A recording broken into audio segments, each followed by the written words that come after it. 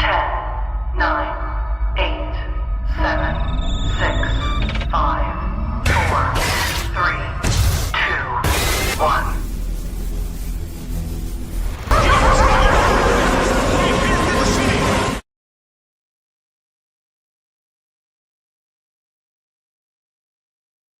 Damn it, forgot to take off the. What is up? What is going on, people? Welcome, welcome. We are back. We are here to talk about the final episode of Welcome to Derry. And you know what? You know what you call it? You should say the What? final episode, the best thing on TV. Yeah, I agree. 100%. They did not drop the ball on this show whatsoever. But before we get into it, Brian, tell the people where they can talk to you. Hey, I'm 1/3 of Spoiler Kings. We go live Mondays, Thursdays, and Saturday nights. But Saturday mornings, I'm with this man right here, Anzo, doing the rewind. We have a lot of fun. And of course, we're going to break down all the other stuff throughout the week. So this is what we do. It's fun, and I love talking to you guys. I love making fun of them. Absolutely. Terrence, tell the people where they can find you, sir. Hey, what's going on, humans? Terrence here. You can find me on the world's finest team up with my friend Sean Stackhouse. I have cooked up more than 150 videos. So right now they're just simmering, waiting to drop. And also because I've had nice, fresh, crisp, cold eggnog, it has activated all of my creative juices, and I feel like every time I take a sip, that's another 30 videos. So better hope I don't run out. So that way you can remain entertained and informed. Absolutely, guys. Thank you all for popping in. Much appreciated. Now, before we get started, I want to know what you guys thought about this episode. Brian, you first. Dude, I have problems, right, with characters. I have zero problems with any of the writing. I have zero problems with anything I saw. It was so much fun to watch. But there's some characters that I want to slap. Hank, I'm talking to you. Hank, Leroy, Charlotte, you know what I'm saying? But Terrence, what about you? And you know what? We're gonna get to a part in this show, like when we break down, there's gonna be a part where I know exactly what Terrence is going to say when it comes up. I'm not gonna say it now, but when he does, I want to see, that's exactly what he's gonna say. Go ahead, Terrence. Right, though. You said it. Well, you said it when we were doing the watch party, so that's 100% right. Hey, when I tell you that this was amazing, when I was with the friends, I literally started floating off the couch. And then I was just rethinking everything that I saw this series. Like, man, this feels cinematic. Like, I don't know what it is, but Hollywood has just been causing me deep depression, making me want to walk in front of buses based upon the stuff they've been giving us across the board. But with this show, it was so good. This finale was so good. Not only was I floating through the air, but I had a red balloon with the eyes rolled in the back of my head. It's kind of like when Pennywise, like when he opened his mouth and you just get sucked in. That was me. And I was all for it. It was great. That sounds awesome. Yep. I thought this episode was great too. I think it is the best episode of the series so far. And what they did, because they turned this prequel series into a sequel series. The way they did it was in fucking genius. It was so good how they did it. And we're definitely going to break it down on, what they did and what we liked. What's up, Mike? How you doing, brother? Thanks for popping in. Much appreciated. What's up? Now, we have the trailer, but the episode, it starts off with, and I was like, yo, just the start of this was fire, right? It blew my damn mind. What the hell did I literally was watching, because I got late to the watch party, right? I'm watching that. I'm like, what the am I watching? If this is not the greatest thing I've ever seen. So Facts. So the kids were in school, and then they got a little message over the PA system, and it was like, okay, all the kids can go home, all the adult kids can go home, but all the other kids need to assemble in the gym, I guess, and they all go to the gym. And then the principal comes out, and right away I was like, oh shit, that's Pennywise. You know what I mean? And as he's doing his thing, Pennywise ends up using this guy as a puppet, like as a yeah, comes It's out, so good. everybody starts screaming, he does his thing, and then they start running to the door, and it's locked up, and then he opens his eyes, and he does damn. Gym too. Except I was in the background with a glass of lemonade and 4 ice cubes, just watching what was happening. Because I knew something was wrong with the principal, because I was like, wait a minute. I was like, he seems too stiff. You know, it's one thing to have good posture, and it's another thing to be stiff, like as if you're not alive. And then of course the camera then zoomed in, and I was like, he a damn puppet. I was like, my boy about to pop out. And then sure enough, when he did, and the kids started running, the doors wouldn't open. I was like, yes, take them all out. That's what I wanted. But then I was also thinking, like, wait a minute, he might be full. It's kind of like when you had that steak dinner with the potatoes and then the pie on the side. Like maybe you won't take them out, but then you'll have them float up in the air. Hey, that's when I started floating too. Like I just love when that happens. What about you, Brian?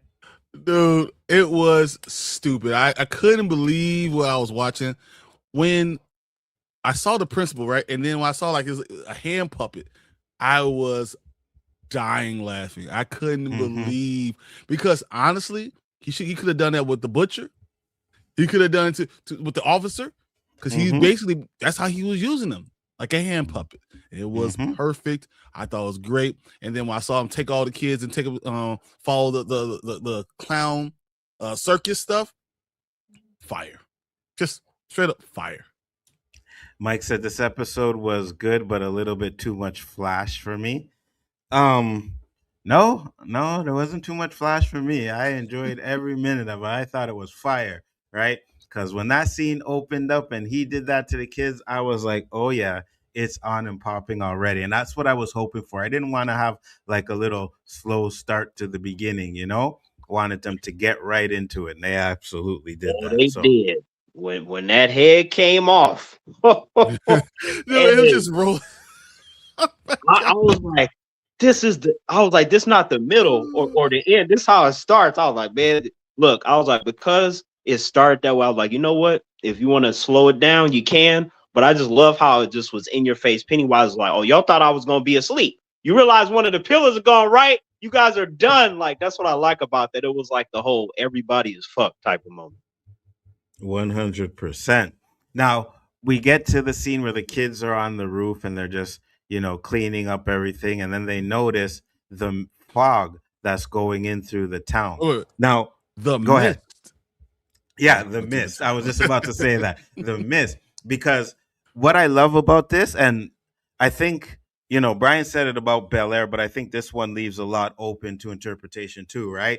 Because you hear little things of like, this mist is the same mist that was in the movie, because the town that's in the movie is close to there. I can't remember the name of the town that's close to Derry, but they say it's like right there. So it's possible that this mist from Pennywise is the same mist that traveled to that town, and then creatures came out. Don't ask me how they would do that stuff, but I was hoping that we would see like a creature running through the mist or something like that, which would have tied it in. You know what I mean? That would have been so good. You're right. It's Bridgeton, Maine.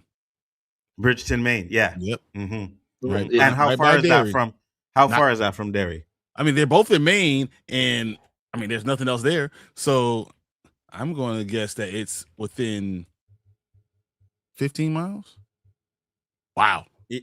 So it's really close. Okay, so even though I didn't care for the mist, the idea of the incorporation of those elements, I feel, worked really well, just because they're embracing the whole Stephen King lore, and there's a kind of subtlety to it in the sense to where if you don't know, it just seems like something that's happening in just this show and it's not connecting to anything. But if you do know, it's like, man, that was weaved in so well, so seamless in its delivery. And I think it worked.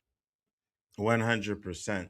And I hope we get like little tie-ins and stuff like that. You know what I mean? I love the fact that they're not actually coming out and saying it, but if you read between the lines, they're pretty much connecting this show to a lot of other Stephen King's other stuff. So I like that, you know? It's the Right. Stephen King universe. Let's go.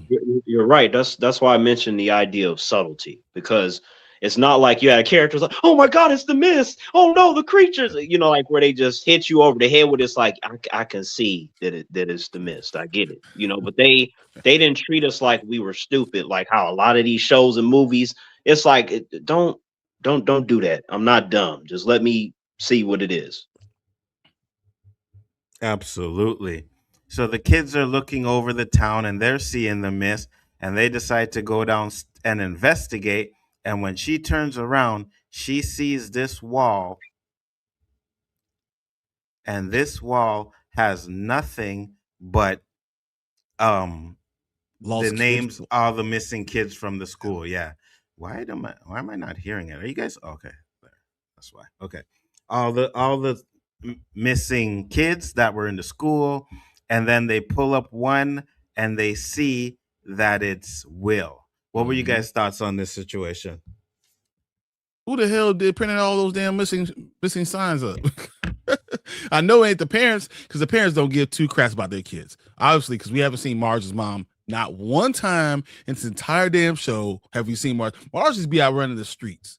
She just be out there in the streets no matter what. So obviously her mom don't care. So there's no parents in this town that cares about the kids. So who printed out all these signs? That's what I want to know. Facts. Facts. Wait, go ahead. No, you go ahead. Go ahead. When I first saw that, I just said to myself, that's a lot of snacks. You know, that covers all areas. It don't matter when and where you get your craving. That's a lot of snacks. And then you vary the idea of kids. They come in different shapes and sizes. That's a lot of nutrition, a lot of vitamins and minerals. So I was like, man, Pennywise has been eating real good. And also, I was thinking, you know what? All these kids are missing because you have trash parents. You know, these parents are just horrible. I'm like, they be out partying, drinking the wine. Oh, hey, where's little Timmy? That's a good question. Maybe I'll see him later tonight. No, you won't, because he's inside of Pennywise's stomach, because you should have been watching your kids. So I feel like if you would actually have had excellent parents, Pennywise would be starving. He would be like 97 pounds soaking wet. Facts. I ain't taking my kids, because you know what a real parent would have done? Took the kids and left. 100%. We'll get to that part in the end of this damn show. Still pissed off. Absolutely. Absolutely. So now we get them looking for Pennywise, and we see Pennywise, and he is just them. Now, if that's not some Pied Piper stuff, I don't. Exactly. Yeah. Mm-hmm. Pied Piper. That was excellent. See the visuals for that. I'm like, man, if you actually had parents that cared, that would have been the scene where they're like, please, not my child. I'll do anything. Like, you know, but since the parents don't care, we're not gonna get none of that. They, like I said, they off doing their own thing. They don't even know their kids are floating through the air. And that's, to me, like, when I saw that, not only was it epic and cool, it was also kind of tragic, because it speaks to the fact that, you know, these parents, they just horrible. They're trash. To me, the parents, they worse than Pennywise, because they have choices and they choose not to tend after their kids. You know what it reminded me of? The two kids that died at the beginning, and their dad got mad and wants to kill Hank and all that stuff, and then burns down the black spot. Right. Mm-hmm. So you tripping about all this stuff, then you guys don't care about any of these kids that are missing? Like, why were you tripping then and not tripping now? Like, what is going on? Right. It comes across as fake, right? Like, so you so you didn't care about your kids before, and then now I get it. Okay, now they're dead or whatever, missing. Okay, now you care. But like you said, what about all the other kids? Like, nobody was like, hey man, you know, what about your son? What about your daughter? And work together to try to solve the mystery, just because, I mean, aren't There's all black parents man there? in mourning? It gotta be him. He did it. Yeah. But see, they not only did they not care, they just decided to blame the black man. You know, that's what happened. So absolutely, 100%. So now we get into they decide to follow the trail of blood. Now, she decides to grab the milk truck. She gets in the milk truck and she starts driving like she knew how to drive. Mhm. I was like, okay, I'm not gonna hate on it. It's a show. I get it. You know what I mean? I mean, I But could drive when holy I was. moly. I could have drove when I was 12 years old. I would have hit everything, but there's no one on the streets, so there's no problems, I guess. Nah, with me, 12 years old, as soon as I would have started the engine, the car would have blew up. I didn't know nothing about driving nothing. So for me, like it was just cool seeing Marge do that. I was like, because I started smiling. I was like, all right, I already forgave you, Marge. It's fine. You ain't got to drive and turn into twisted metal or nothing. Like I got you. Absolutely. So now we have Hallorann, and Hallorann is on the phone. He gets a phone call. Hold on, let me get to Mike's thing here. Mhm. Okay. This was the episode that I finally had that oh shit moment that Dick was Dick from The Shining. It Like- took me 7 episodes. Really? Oh man, Mike, I'm a little disappointed. I'm just gonna be honest with you. That means you're not watching our breakdowns because we said episode 1 that Dick was the Dick from The Shining. We said that episode 1, so I'm a little disappointed, Mike, just a little bit. Absolutely. Said, but this lack of parental supervision was explained at the beginning of the series. It was Pennywise. Listen, I get some of them, but not Charlotte and Leroy. That had nothing to do with it. They were just dumb.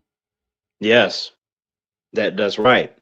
So I don't like this whole every time something is wrong, let's blame it all on Pennywise. The only thing that Pennywise is doing is just a little bit of influence, but they were already either bad parents or just terrible human beings from the jump.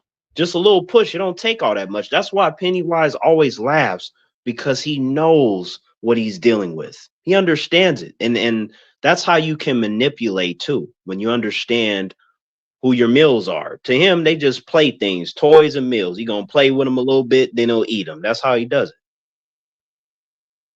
I'm still just Absolutely. disappointed. 100%. Have we seen Marge's parents one time? Oh No. right, we definitely saw them. Never. No, we never saw them. Exactly. Like, I mean, is that Pennywise? Just have no contact? Do you not remember? She comes home sometimes. Well, she does, but that's why she was a terrible mother to Richie. Like, let's be real. Like, I feel like she got that from her parents. I mean, the parents in those movies, they weren't shit either. And some of them, we know that they're a little better when they're kids, but for some reason, when they became adults, they just stopped caring all of a sudden. Mike says, I can't explain Leroy, but Charlotte gets a pass because she's fine. Fineness does not excuse you to being a bad parent. That Doesn't work. Ooh. That is just horrible. See, I've never been that type of person where it's like, well, she fine. She be looking good, so I'm gonna give her a pat. No. That ain't gonna work on me. You could bat your little pretty eyes, the booty could be bouncing up and down. I'm still gonna hold you accountable if you do dumb stuff. Absolutely. Now, Hallorann gets a phone call, and on the phone call, he's hearing Pennywise, and Pennywise is pretty much telling him that he has his son, and Leroy starts to go bananas, right? So he's going crazy. He gets mad, and then he goes to see Hallorann, and boy, Hallorann was going through it. He was about to kill himself. Can you go back just a little bit? Yeah, to when Pennywise is on the phone and you see the alcohol that he has. Oh, here? Go back more. A little bit more. Let's see. When he first calls him. When he first calls? Okay. Yes. Let's go here. Exactly what I was mentioning, like when earlier when we were doing the breakdowns with him and when Hallorann was talking right there, he looks concerned. Yes. Right. There's a difference between concern and fear. Like to me, being fearful, like, I just call humans cowards or call them bitches and whatnot. But the thing is that there's a difference, like concern because he's a father. But even Pennywise said, like, how do you stop the man without fear? So Pennywise knows, right? Like You can put up all the fronts you want, like Will and stuff, and we'll get to that later. When I said that he was scared, I'm like, you can't get over it that quick. But like Leroy, though, Listen, he's hold on. legitimate. No. We're gonna do this now. We're gonna do this now because I know that was. I didn't think you were gonna say that, but I knew some shit you're gonna say that. No, that was some bullshit that they pulled in this damn show. All right, they made a fucking thing. He's like, "Oh, I'm not scared of you anymore," and then it's all of a sudden like, "I'm scared." I'm like, "No, you just It said you shocked weren't him. scared of Pennywise anymore. You He know what I was mean? And now you're fucking scared. Get out okay. of So here." No, but look, here's the thing. if right now you're not scared of a person, right? But if right now they just right behind you and they tap your shoulder and you don't think anyone's in your house, you're gonna be shocked. You're not afraid of that person. You're just like No, bewildered. see, Like, but no, like it's just when I saw that scene, I was like, this dude is screaming and yelling. He's full of fear. I never thought he was fearless. I'm like, to me, the only fearless character that I've seen is Leroy. Everybody else is they're panicking or they put up a front. I'm like, Pennywise can sense that. I can sense it too, because anyone that is cowardly, they have the same telltale signs. Their body language, their voice, you can see them physically shaking. You can always tell. It's something that it's impossible to hide. You know, I just hate when this fucking show makes Terrence right. I didn't like it. I just did not like that shit at all. I was like, oh my God, you really went and said, no, I'm not scared of you anymore. And then 2 minutes later, like, I'm scared, Dad. I get it. They're kids. No, listen, let's be real, right? Let's be 100% real. These kids would be fucking traumatized for the rest of their lives. They acted like everything was cool and kosher at the end of the series. You know what I mean? Lilly was scared of all the time, basically, because she's the Oh, only one who acted the way that I expect kids to act. Honestly, everyone sure. else was down as hell. Facts. But see, and like like you guys are saying, like how you said, Brother Anzo, the idea that they would be traumatized. I'm like, I've spoken to countless adults where things that are less severe and less intense than anything that Pennywise can do, they're just they feel bad, right? They feel traumatized, they feel scared. So if you put the Pennywise stuff on some kids, that's why I said in the other breakdowns that these kids are built different because they're able to deal with stuff that most adults can. You got adults talking about, Listen, nope, that was me. I would run away if that was me. the only reason why these kids are built different is because the script calls for it. All right, Oh, 100%. that's it, and that's all. Oh, facts. But remember, it's like how I said too. Like you don't want them to be real life kids because they'll be boring. Like, yeah, 100%. Hey, go fast forward a little bit more. There's something. It cuts to this scene, and I think there's alcohol on the table. Granddad's 100% Kentucky whiskey. So. And that's old granddad because we saw Leroy, old granddad. I thought that was fire. I just real quick, me too. I wanted to speak on what Leroy just did. So he's one of go my ahead. He's one of my favorite characters, right? So even though I understand like the way he was bashing and destroying the phone, before I saw the rest of the episode, what I didn't want him to do was make bad decisions because his mind is not focused. So it's like I told humans, when you have someone that is focused. He's been making bad decisions the whole fucking series. No, I just mean like, going into the situation, because obviously he can make more. He's definitely been making bad decisions the entire time. Facts. But I'm just saying that, when it counts to where everything is now on the line and it's right there in your face, it's like there's nothing more dangerous than a focused mind that's mentally strong. Like even Pennywise is scared of that shit, and he's a cosmic entity. But that's why you need the characters to be weaker in the sense that you can do stuff to knock them off their path.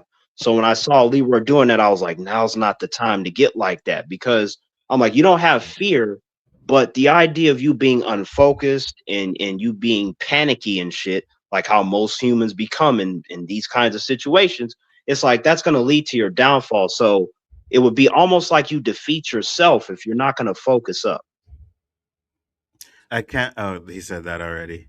Said beep beep kinfolk. Yeah, Pennywise a bully. Yeah, 100%. But listen, there was some shit that Pennywise was doing in this episode. It had me dying, bro. It was dying when he's doing the skipping and shit, the running towards him. I was dying. Yo, listen, man, I don't care what anybody says because I know we've been talking about it in some of the chats, Tony. We were talking about how people were hating on this show and stuff like that, and I'm like, I think this is the best show this summer. Like So I really have to go and look and think. Well, this in 2025, I really have to go back and think about all the stuff I watch. But right now in my head, and I guess you could say because it's now, it's in the present. That's Not why, of the right? year. I don't know if it's better than. I still have Paradise. I still have Better than which Stranger one? Things. Paradise. I'm not sure if it's better than Paradise. Ooh. I still prefer Stranger Things. That's And my Stranger favorite. Things. You're right, T. But it's because it's cheat code though, because it's been out for forever. Like so when it Right. comes out, I like Stranger Things, but I think for me this kind of surpassed Stranger Things for me. oh wow. So Yeah. I can't. I'm not gonna jump in that boat. But it is great though. So if somebody does like it more, Keep I talking, I'll be right back. understand. Yep.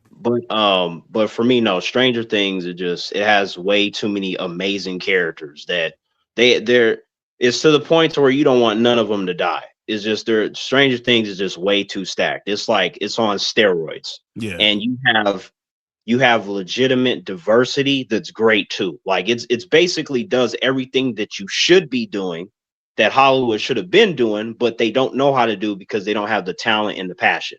Like Stranger Things is what you point to go, see, this is how you do it. See, this is how you do your reveal. See, this is how you do your build up. They're not listening. And also, when they put the money into it, you can see it and feel it. Everything goes with improving and making the fans happy. They did a better job of building a world. They did a better job of building an entire world than Yeah, anyone has ever done. So like, but they have 5 seasons though, it's not right? fair to compare. It's not fair. Right. We have 5 seasons, but for me, if you compare season 1 to this season 1, I think this season 1 is better. I do. People love Stranger Things season 1. Like, yeah, so do I. Season 1 was fire. 100%. Season 1 was fire, but I like this better. So for me, like, man, I just like for me 11, like just 11 alone, man. I got so attached to 11. But here's the thing though. So from week to week, wait, go ahead. Let's give me a crossover. Give me 11. You want to see Pennywise really die? Let's let 11 just come over there.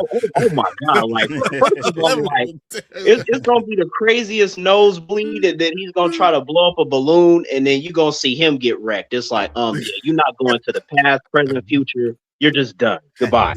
And let's be real. Season 3, I think it is Stranger Things, was ass. I didn't mind Stranger Things. I know a lot of people didn't like it, but I didn't mind Stranger Things season 3. Yeah, I don't think it was ass. I think it was still good, but it just doesn't hit like the other to everything else. It's Guardians of the Galaxy 2. Yes, sure. They did way too. They tried to go a little bit too jokey in season 3, and everything was just a little joke here and there, and it kind of took away from what Stranger Things was. Now, granted, season 4 came back with a vengeance, right? But again, season 4 and 5 are like some of the best things I've ever seen on TV. So, but remember, the Duffer Brothers already said the reason why there's more humor in the season 3 is because they did a lot of that stuff in the 80s, especially with their action movies. Like sometimes they would lean into the comical elements.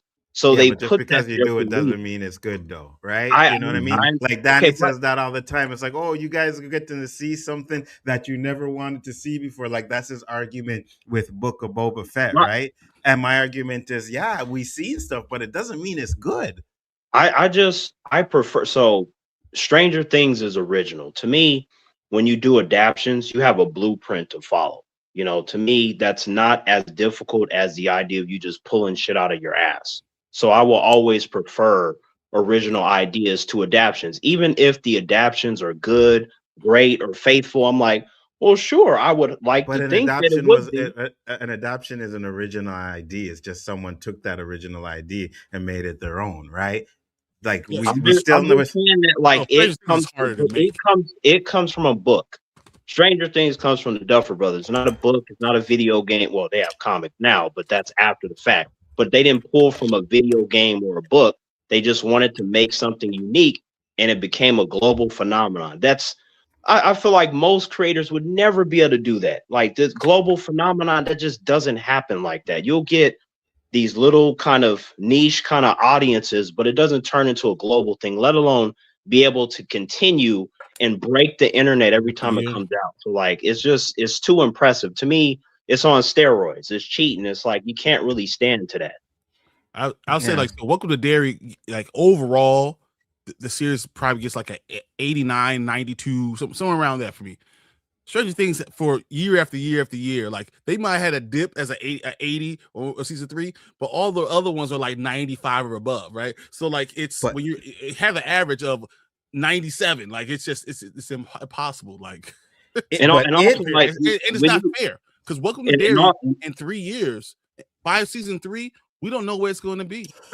and Yeah, also to your 100%. point, Anzo, like most humans, they like it Welcome to Derry. So you factor in that the average viewership in terms of humans that tune in as soon as it drops, it's 9 million every time, right? Yeah, That doesn't 100%. happen for most shows. Most shows, they lucky if they can get 1 million viewers, let alone That's 9. what I'm saying. So it's not like we're acting like Welcome to Derry is far behind Stranger Things. It's not. You know what I mean? It's definitely not. In terms of viewership, it is though. It doesn't compare viewership. Because it's one was on Netflix, the other one is on HBO. HBO is huge. Well, it's not. but It's not. it'll never be as huge as Netflix though. Right. Right. No, But but it's most of the Netflix people buying HBO? Why is Netflix buying Warner Brothers? Because Warner Brothers has a standard of time. It is when you hear HBO, you know you're gonna get quality. You're never gonna get anything cheap. On Netflix, you get cheap shows all the time. Yeah. No, but it has nothing to do with cheap. It has to do with the amount of subscribers one has than the other. Like you already know, we're doing the watch parties for this, and we have people in there who don't even have HBO, right? People that live in Canada don't have HBO. So when I watch it on Crave, you don't get Canadian numbers of how much people of Canadians are watching it either. So you don't know that. You know what I mean? But It's my totally thing different. is like it's not just big because it's Netflix. There's countless shows on Netflix that just They're terrible. That's my point. There's countless no one shows knows on what Netflix it that is. don't do nothing. 100%. But let's not act like Derry probably wouldn't have been just as big if it was on Netflix. No, I wouldn't have been. We can't say that. No, because like Stranger Things, Things it changed had the world. It changed yeah. the way people Stranger looked at Things TV. had the Mighty Morphin Power Rangers effect. Like you talking about overnight, everybody's like, "What's that? You haven't seen it? What's that? You haven't seen it?" And it didn't even matter if they were into the genre or not. So you have the same thing people said about people. season 1 of Stranger Things are the same thing people are saying about season 1 of Welcome to Derry. What are we talking about here? But here's the thing, though. It Welcome to Derry is not a global phenomenon. It has its Because audience, it's and that on audience HBO Max. If and it that was on a audience bigger comes from the platform, humans. if it was The on a humans bigger that like. platform, bro, if it was on a bigger platform, it would have been a major global warming. There are countries that don't even have HBO Max as a streaming service. What are we talking about here? Netflix is global. That's what I'm saying. But I agree with the fact that depending on where you put it, the audience can increase, but it would never reach Stranger Things. Stranger Things is in its own league. I do know that. It ain't gonna be able to reach that. It's just not gonna happen. I don't think it has reached it. I do believe Stranger Things is better than Welcome to Derry because there's that's less fine. But to act like Welcome to Derry is not good, I don't want to talk about that. I don't want to say that either. Welcome to Derry, like if you really gauge it, so we love this stuff, right? We're gauging it at this top tier, but most audience are looking at Welcome to Derry to about like 80 to 85. Everybody's looking at Stranger Things to about 90 to 95. And that's why, like, it's not the same, but I don't want to take away from Welcome to Derry because in two more seasons, we might be looking back saying, wow, that was amazing. But here's the thing, like my original point was that the few humans that have an issue with it Welcome to Derry do not compare to the majority of its particular audience that enjoys it. Because a lot of the humans that enjoyed the movies, they're the majority of the fan base for this series, which is really impossible to do. A lot of times when you do stuff that's connected to movies, the humans that like the movies, they don't show up for the shows because they're like, nah, it's a dip in quality. It's a show now. It ain't going to have this. It ain't going to have that. Welcome to Derry has made people go back and watch the movies that haven't seen the movies. What are we talking about here? Yes, It's not just the fans of it and the movies, right? There are people who have watched Welcome to Derry that haven't even seen the freaking movies. I didn't say that. I didn't say it was the entire thing. I said most. So there are some humans that haven't seen either, and then they will go back and watch the movies. But the point is that the majority of humans that are watching it enjoyed the movie. But see, it's because when the trailers dropped, it looked cinematic. Now, whether or not it delivered, we didn't know until we actually watched it. But it just had a look of quality, which is really rare nowadays when it comes to shows, especially shows connected to movies. Mm-hmm. Yeah, I just want a crossover. Just give me a crossover. That's all I want. Let me get a show where they're both in the same one. So first off, I can't be it can't be recency bias, Mike, when I just watched season 5 of fucking Stranger Things like a month ago. So it can't be recency bias. It can't be. I'm able to compare which show I think is better. Now you are a person and you choose you like one over the other, and that's fine. I think there's nothing wrong with that, but for someone to say that it wouldn't have been a global thing just like Stranger Things if it was on Netflix is impossible to say because it's not on Netflix, so you don't know. I don't know. You can assume. This is the only problem I have with what you're saying. It's because Game of Thrones is a global success, and that was on HBO. Sure, that's the only argument I have with you, Anzo, is that. Yeah, but hold on. Yes, but hold on. But it wasn't just on HBO. It was actually on linear TV as well. And there's other streaming services that you're going to find this stuff because they own Warner Brothers own stuff. So that's how it works. But that's how it works. If Welcome to Derry was that big, what I'm saying is Welcome to Derry. But what I'm saying is Welcome to Derry was only on streaming service. House of the Dragons, Game of Thrones was on ABC, right? That's where I used to watch it here. Wait. Or Fox or one of those ones. So in terms of season 1, bro, I'm telling you, from season 1, I had it on linear TV. Okay, so because I don't have HBO Max. Okay, so number one, I don't have HBO Max. So my friends and I, we record it with the DVR and watch it when it comes on HBO Sunday nights. That's how we consume it. We haven't consumed it on a streaming service, even though it's there. So Sunday nights, it's like we see the preview, come back Sunday at 8 p.m. or so, and that's when HBO is like a streaming service, though, no? No, like HBO, as in it's on cable HBO. Like that's also how we consume the. Okay. I got what you're saying. Yeah, right. But what I'm trying to say is, for people who don't have HBO, it was on linear TV. You could watch it on linear TV. That alone gives it a broader scale than Welcome to Derry had, right? And Netflix, Stranger Things has a broader scale than Welcome to Derry has. So it just does. Season 1 of Game of Thrones was only on HBO or HBO Max. Not here, though. Yeah, but it's fine. So that's the same thing is going to be on a lot of different countries. There's going to be different type of services on a lot of different countries. So like but you when you're a global success, you create those avenues. And I'm not saying you can have shows that are going to do this. I just don't think that Welcome to Derry is up on that level. And then it's like even like with The Walking Dead. Like I remember like when that was getting ready to come out, it was just that's Anzo's, and that's not fair because that was on regular cable. So everybody, the mama would do it. So that's not as fair because I agree with Anzo with that. Because I'm just saying like there's shows where, regardless of where they are, you cannot beat the idea of word of mouth and like, hey, watch this, go watch this. And then you get to the But if some people have no way of watching it, if some people have no way of watching it, then what, T? Right? People have certain people's like you in America, you guys are acting like, oh yeah, everybody can watch it. No, other people can't watch it. That's not what I'm saying. I'm just simply saying what I'm saying is when you have HBO when you have HBO in Canada, it was on linear TV, right? In UK or these places that don't have it, it's on linear TV. This is why it was able to become a global thing. You cannot tell me that it's going to be global when people around the globe don't have the streaming service. But see, that's impossible. That's why I made the point of all the other countless shows on Netflix. They're also global, and they're nowhere near close to Stranger Things. Because Nowhere near. Netflix is global though.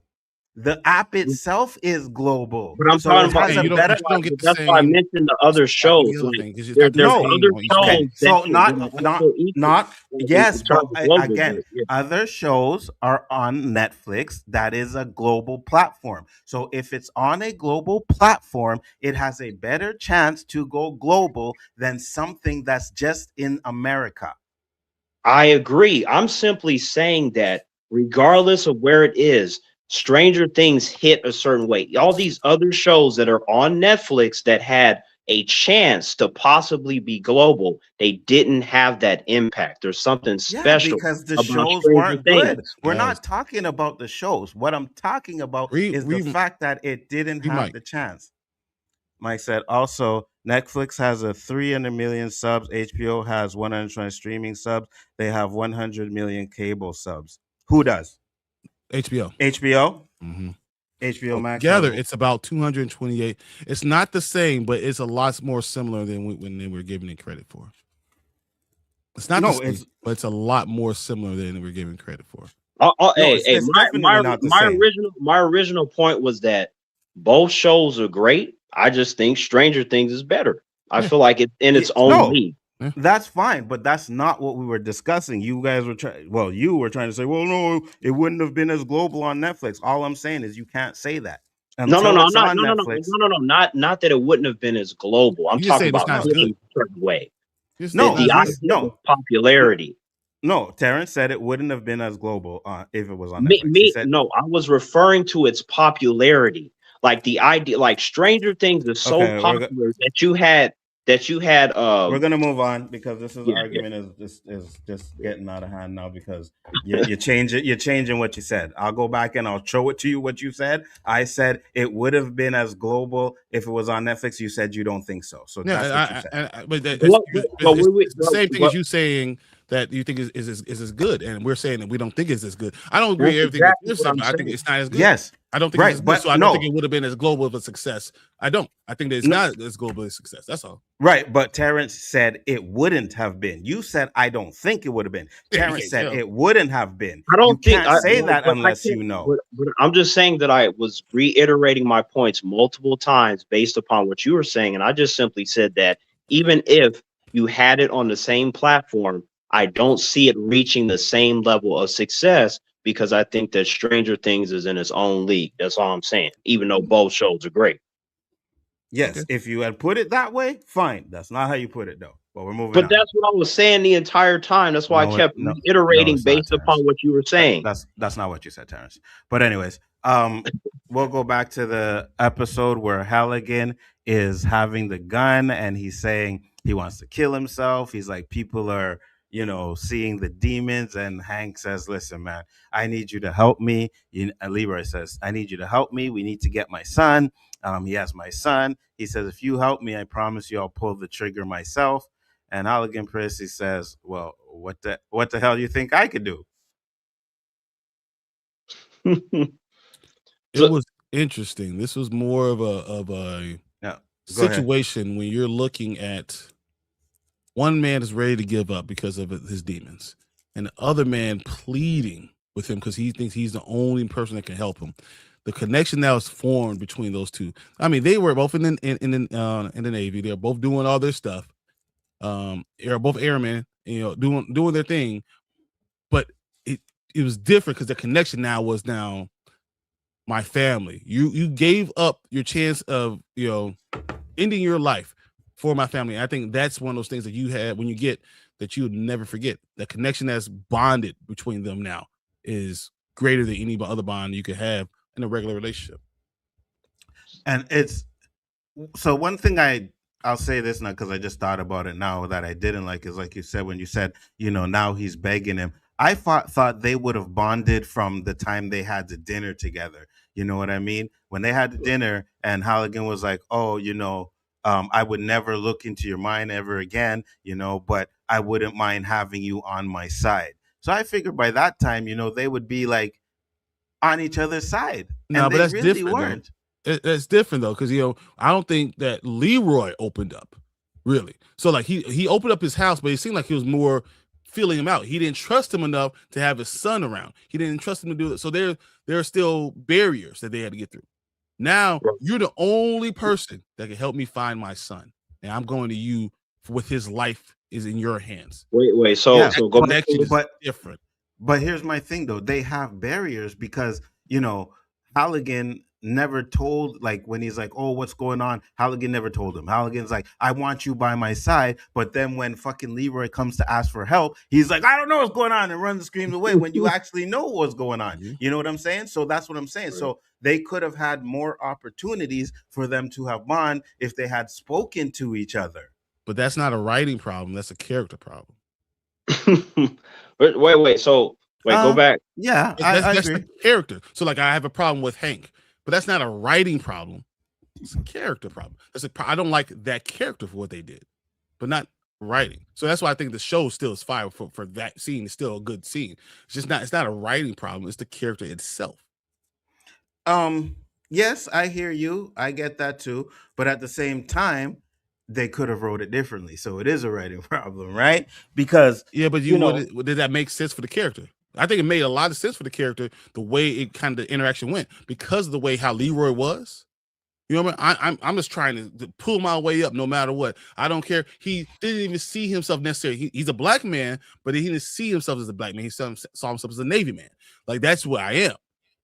yeah, Hallorann knew he was a black man, and he was a black man first. So everything he did when he was doing stuff was always about the black people all together. Like, hey, no, what can you do? You can make sure all of us are taken care of. What can you do here? You can make sure we all taken care of here. I think, but they were bonding point to say. at the end of that conversation. They were bonding, right? They were having conversation. He was telling them about, the voices he heard, and it's like, oh, you're not going crazy, you're not like calling me crazy. And he's like, yeah, because I've heard voices. I just never met anybody that can do it, right? So that conversation that they had on the porch was more like the beginning of a bonding conversation. And then in the next couple of episodes, it didn't go through. Yeah, because it was still at arm's distance, and I think that's how a lot of people are. You ever had that? You have a relationship when you have someone that no matter what, they don't open up enough, they keep it at arm distance. Go back to the scene where he went into the room and then like he was about to take his own life, because I want to say something about that. Yeah, go ahead. Because so to me, like, I never really took it as them bonding. Like, I feel like there's a difference between understanding and the idea of bonding. Like, I feel like they were kind of working out just this kind of understanding because both of them were holding back from each other. There was like mistrust on both sides to varying degrees. And I feel like if they would have had more interaction, they would have sat down and had more intimate moments instead of just these particular moments based upon circumstances, then maybe you would have gotten some actual bonding. But How that's can not you mistrust someone that saved your life? Because when someone withholds information, so like for me, right? Like, I don't trust most humans, right? Halligan was holding more information than Leroy was. Yeah, he said on both sides. He said on both sides, both ways.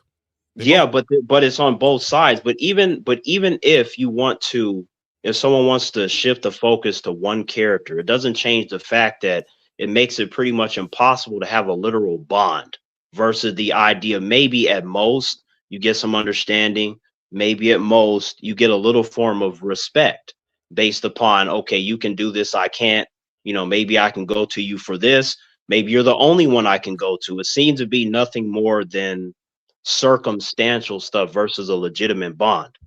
Mm-hmm. Okay.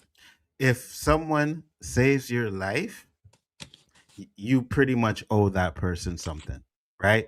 100%. This guy didn't have to do it. He did it, right? He saved his life. Halligan even responded and let him know, yes, you saved my life, brother. You know what I mean? But is that a bond though? Or is it, okay, like how you said that you pretty much owe. I wouldn't say it's 100% a bond, but that's the beginning of one. I can trust you now, right? How can you not trust someone that just saved your fucking life? Like, I can trust you now. You saved my life. I can trust you with my life now because I know if shit pops off, you're gonna save me again. So you're talking about when Leroy saved Hallorann when he was about to fall out the plane. Yeah. Okay, so I took that more as like, well, wouldn't that be detrimental to your job if you let him fall out of the plane? Your job is to protect him so that way you can complete your mission that you were given. So that's why I use that specific One, word, circumstance. no, 100%. It doesn't matter why he did it. He still did it. You know I what I don't know if mean? that's true because But especially in this time of that the right, this that right there, brother Anzo. See, for me, it always matters why you do something, not that you did it. I always care about the idea of intention, which will then determine the idea of bond. Like, for example, like all of us on the panel, we're all friends. You know, Anzo, you're my brother and stuff, right? So there's a bond that has been formed in that way. It goes beyond the idea of circumstances. We're not, you know, friends and brothers in the sense that it's circumstances. Like there's a lot of stuff that has been put together over a period of time to where I just don't see that with Leroy and Hallorann.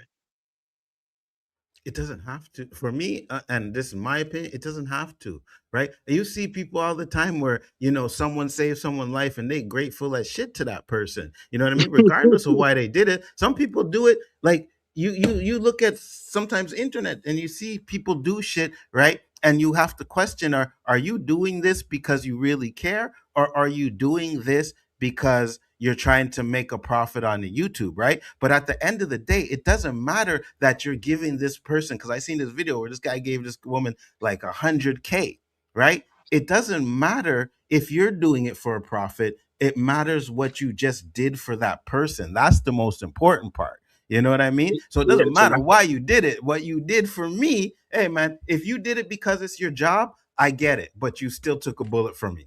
See, so I guess this is one of those situations where Terrence is built different because sure, I will say thank you, but I'm also going to ask you why. And depending on what you're going to say will determine on what I'm going to say or do next. Like, I don't know. And this is where I'm different. I differ from you guys right now. I'm going to say that in this time period, this is the 62, 63, whatever. This is a very racist time in America. So when you're in the armed forces, there are going to be people that can save your life. That might not be good people. So if someone saved my life because that was their job, because we were all in the military, but then turn around, call me the N-word, I'm not going to have a bond with him. I'm glad he did what he did. I'm not going to go kill him, but I'm not going to have a bond with him. So just saving my life is not going to create the bond. But here's the thing though, right? Now let's you reverse that and you save the life of that racist person. That will make them change who they think about you. Sometimes. Yeah, sometimes. Okay, sometimes. Right. Not all the time. Yeah, not all the time. Right. Not all the time. Because whenever we talk about all this stuff, it's not all the time. It's not definite, right? We all know that, right? I don't have to say sometimes and all the time. But no, I was saying, but more than anything, because your own goals, your own morals, your own things like that really determine who you are. So if that's what it is, if your morals is that Black people aren't feel fully human and don't deserve my respect, it don't matter what you did for me. I can see you. I'm gonna have the same respect as a dog that drug me out of a well. Because the dog did it. I'm happy the dog did it, but I'm not going to call this dog a human. So in that case, it doesn't always create that, no matter what. Again, sometimes. In this time period. Right? In this time period, how what the world was, and that's why it's like, but that doesn't mean a person can't change, right? Again, that doesn't mean, and they didn't show it in this episode, and they didn't show it in this episode, but I still think that the dude was feeling guilty for what he did, right? For burning it. As much as he hated Black people, I think he still felt guilty for what he did. I didn't see that it was like, did they kill him? No, I felt that he felt like kind of like, oh man, can't believe we did this. You know what I mean? But that's why, like, in this context, I'm just saying that I feel like, especially if, I put myself in this situation, like I can give you gratitude, but that don't mean that we have a bond, right? And I feel like just looking at these characters, I don't see a bond. I see circumstances. And then, like, we'll get to it when we get to the end. but I saw respect, right? Like you know, it's just after all that, it's like, all right, you know, maybe we can forge something. But I feel like that's probably the most clear that I've seen to where a bond is forming, not so much that it already formed based upon what we've seen up until this point in the Yes, conversation. I'm not. That's what I'm saying. I didn't say it formed. I said that was the beginning of the bond, and then it went nowhere after that. What I'm saying is, like at that point, someone saves your life. He comes to you and asks you what's going on. You tell him what's going on. You know what So I'm you saying? You don't tell. You tell him what's going on, whether you because you know, Leroy, Halligan knew a lot more than he told him when he came to him and asked him for help, right? And he was just like, "Oh, I have no idea what is going on." But you could have told him more than that, just like Leroy could have told Charlotte more than he told her, right? You should have sure. had that conversation where it's like, "This is exactly what is going on," And, but they and don't weren't having those conversations. That's what I'm talking about. did you notice that both times? So both times that Leroy went to Hallorann, it was like in a very panicked, concerned state. And then this last time, he was crying. Hmm. I was like, damn. Leroy, you better get your shit together because if Pennywise smells them tears, we might have a problem. That's how I was concerned for Leroy. Um, I don't know. Is I guess you could say he was crying because he was, but what? No, but I'm trying to figure out is like, was Halligan scared of the things he was seeing, or was he just overwhelmed with them? You know what I mean? Because if he's just crying because he's overwhelmed with them, like No, no, Pennywise no, no, feeds no. off of fear. I'm talking about Leroy was crying when he's Oh, like, you got to Leroy. Okay, yeah. Leroy was scared. Yeah, Leroy was scared. 100%. Leroy was scared. Leroy was yeah. scared. Scared, but not scared of Pennywise. Scared of losing his What son. would happen Losing to his son? son. Yeah. And remember, I said, even in the beginning, I said, when it comes to most parents, most of the time, right? Sure, there's exceptions, but most of the time, their weakness is their kids. You do 100%. something to the kids, it'll break them. It's like a taking a hammer to a cracker. They can't handle that shit. And we saw that that's the same thing for Leroy. And I thought that would be his weakness. So I'm like, it's either going to be his wife or his son or both, because I'd be surprised if something can happen to his wife and son, and then he would be the same way. I'm like, man, But I we all underestimate. said that that's what was gonna happen. Right. We all But said it when they said it I'm wasn't just fear. saying, We said it was gonna be because of the kid, right? right. Doesn't necessarily mean that you don't have fear. It's just you have to get that fear or get something that you're afraid of, which was something happened to his kid, right? Because it's impossible for anybody to live without fear, unless your name's Terrence, but whatever. It's not That's the. okay. Okay, so I see what you did there. Hold on. So I'm just saying. I okay, like I feel like I'm living proof that it's not impossible. Like because there's a difference between like when you look at most humans, right? They have these things that they're taught, these systems that they follow, and thereby in turn somebody else teaches them that.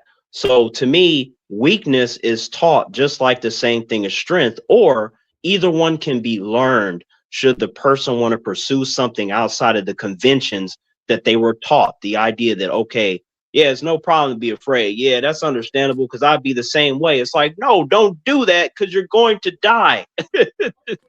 So, but you would have to have somebody teach you that, or again, you would have to learn. So, like in the case of Um, Leroy, I view him as someone that's fearless until he has something to lose, but it would specifically have to be from the evidence that it would See, have to be his son or his wife. here's the thing, though, Terrence. Most people, 99.99% of people, have something to lose. You know what I mean? Always have something to lose. So that's why I say, like, it's almost impossible for you to live without fear. Do you It's see what you said there? So they have something to lose, right? That's a factual. But at the same time, how one responds is up to them. I don't want to get into this whole minutia of all this argument because I want to talk about the show more. But Yeah, I know. I Trust me. I want to say this. If someone kidnaps my child or tries to stick me up and grabs my wife and has her at gunpoint, I'm not afraid of that person who has my wife at gunpoint. That's You're afraid not of what's what going on. you are going to do. I'm more afraid Wait, what? to lose her life, but I'm not afraid of Yeah, that person. I'm afraid of the situation, Yeah, not 100%. of the person. So that's Yeah, why I'm looking like 100%. when I'm looking at Leroy, I don't think he's afraid of Pennywise. He's afraid of the thought to lose his son. That's Wait, two different what? things. Yeah, I'm not why, afraid of that person or that entity. I'm afraid of that situation. wait, why Yeah, would you agree. be afraid Agree. of what? Why would you be afraid of what you're gonna do? Like, why do humans say that? Because if I don't want to be the person that I know I'm an addicted person, right? But me personally, I have an addictive personality. If I start something, I don't stop. And if I lose that point of in my morals to push And it you through that rail point, on I kill someone, somebody. Yeah, I yeah. will never be able to go backwards where I won't go to that. It won't be my 100%. line. Okay, Once let- I let me- pass that line, and I'm a very big human. Fuck. I'm a very big person. okay, Once I let's pass that line, it won't matter. It won't matter what's happening. I will always be able to cross that line again. okay. So let's say somebody took you, Anzo, right? And they're like, hey, we're gonna do this to Anzo and this and that, right? And they're using you as an attempt to get to me. The only thing I'm gonna say is, whatever you do, you're gonna regret this, and I will make sure that they Oh my pay, God. or I'm gonna die trying. Like that's my response because again, they want that. They're betting on that to do something to me, but I'm like, no, I have to use my energy to avenge you or to But save Terrence, you. you're not responsible We- for that life. It's different once you're responsible for that life. And And- that's the difference between the whole idea of a child, because that child is in the raw sense of it has no protection. Only protection there is you. And once that's there, that fear of not being able to protect is huge. You can't just say, "Oh well, I'm going to do this to you." It doesn't bring your child back that you were responsible for. So the fear is not necessarily the idea of you're going to do something. I'm afraid of you. No, I'm not afraid of you. I'm afraid of the situation. Yeah, Of losing this Agreed. person, or I'm Yeah. afraid that if I lose Oh. myself, it's all over for everybody. I'm 100%. just saying that like these characters in here, like with Pennywise, I'm like, there's nothing that they're going to be able to do to break me. I'm like, try again. I'm like, did you? It's gonna be like hitting a wall, right? And then this thing would be able to see, like, damn, there's nothing I could do. No, you can't. I mean, you can. Like I have kill said me. this many times, and I will say this again before we move on, Terrence. There is nobody else fucking like you. All right. So I'm just gonna say that right there.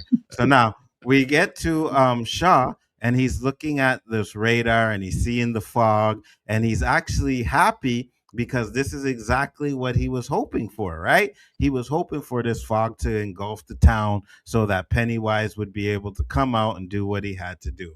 We get Halligan and Leroy, and they're going to see Rose. And then they get over to Rose, and Rose tells them that they can give him a root, the Mandarin root. I think it's called the Mandarin root, right? Mhm. Is that it? Hold on, let's see. Yeah, I think it's Mandarin. I think it's, I think. Oh, we got to talk about this first. yeah. Charlotte slapping the shit out of Leroy because she said Leroy lied to him. What are your thoughts on that? I don't have a problem with it, honestly. I don't think Leroy does either, because you know what, he's already feeling that. And sometimes, as a man, if I was in that situation and something happened to my child and I couldn't have stopped it, if she hit me, I would be hurt, but I would take that hurt to keep her sane. I'll Do take you that not hurt. think? You can blame me. No, I get it 100%. But do you No, not but think that Charlotte should have taken some accountability too? 100%, but she wasn't in that mind space to be able to take that accountability. Yeah, I got you. I got as the you. man, I'll take it on right now. Yeah, but yeah. the truth is, when she started thinking about his life, she realized, come to like, the black bitch, spot. we She did all this other yes, shit. Like, yes, it's one of those things. So, but as the husband, as someone who cares about her, you take on that responsibility. In the moment, it doesn't make sense to you to bring up a stupid argument or say stupid shit. Yes, 100%. You take that blame until you get to that one night, like 10 she years better not down bring it the up road. again. Yeah, She better not bring it up again. Right, That might be a problem. because right? Black woman, 10 years down the line, you guys just be chilling. She'd be like, hey, Do you remember when you put us in danger? And that's like, bitch, all right, you want to do this? All right, let's do this right now. No, it was your fucking fault for leaving. You know what I mean? So why they should have left Derry, because you know what? They want to remember this whole situation. Exactly. She is a female. A lot of females like to avoid accountability. So, there's that. So once you understand and accept that, you have to decide as a man what you're going to do in that situation, especially if it's a black woman. Like, we know they come with the vengeance and stuff, especially the son with their kids. Oh, it's over. So I understand her pain, even though to me, she's equally as responsible for what happened to her son, especially allowing him to go outside and all this other stuff. I'm like, she should have stopped him. So a lot of that is on her too. But my thing is, while I understand the pain and emotion and confusion that humans have, you don't get to put your hands on me. So I've been in that situation, whether it be my mom, whether it be female friends. You get one time to hit me. After that, I'm going to stop you. I'm going to grab your hand. You don't get to continue to do that regardless of what your pain is. I understand it, so I'm not going to do anything to you, but I'm not going to let you hit me either. Like, I don't understand this notion of like, oh man, she's in pain, so I'm going to just let her hit me. No. The one time she didn't go and beat up Leroy. Leroy is in the military. She didn't beat him up. She had it. She needed that release. Whatever, you need someone to blame, you can blame me right now. But see, I'm just saying, like, I get the pain, like, that ain't nothing. You eat that shit. You know what I mean? Wait. What you eat it? You eat that, bro. No, you eat that, bro. You eat that, bro. You know what happens if you don't eat that? You going to jail now. and not just that. That relationship is never the same. Exactly. That relationship is never the same, right? Mm-hmm. So at the end of the day, sometimes you have to be the rock. As a man, you have to be the rock. And so you're saying that you should let them take it, and you let yourself take it and eat in some situations. Yes. If it's my wife of 15 years, yes. Yeah, 100%. 100%. No. So if it's a girl down the street around the way and she was just here facts for last 2 weeks, nah, bro, I'm throw your ass out the house. But if it's my wife for 15 years, hey, I've had these conversations before. They're like, yeah, because if I didn't do this, if I didn't allow her to be released, then either the relationship would be over or it'll be jeopardized. I'm like, well, it sounds like you need a better partner. Like, how does that make any logical sense? That's different. This is me taking the heat for her right now for this situation. And that's okay. Whatever happened to sitting down and like, let's figure this out together. Why you got to come at me like that? You see, here's the thing, Terrence. Here's the thing, Terrence, and I'm gonna let you in on a little secret. Humans have emotions. All right, you do not. But humans have emotions, and sometimes the emotions get the best of you. All right.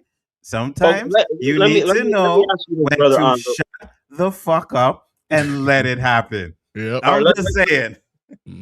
Let me ask you this, brother Anzo. Has there been any moment to where I have given you some sort of emotion, like no, like I'm just taking stuff out on you in that way? Like, this never happened, right? You're a man. You're not a fucking woman, bro. and we're not married. Like, there's plenty of dudes that do that. Like, you know what I mean? Like, I don't give a fuck what you want to bring out. You do whatever the fuck you want to do. Just touch me. But other than that, I don't give a fuck about you. But I know. Why? I know.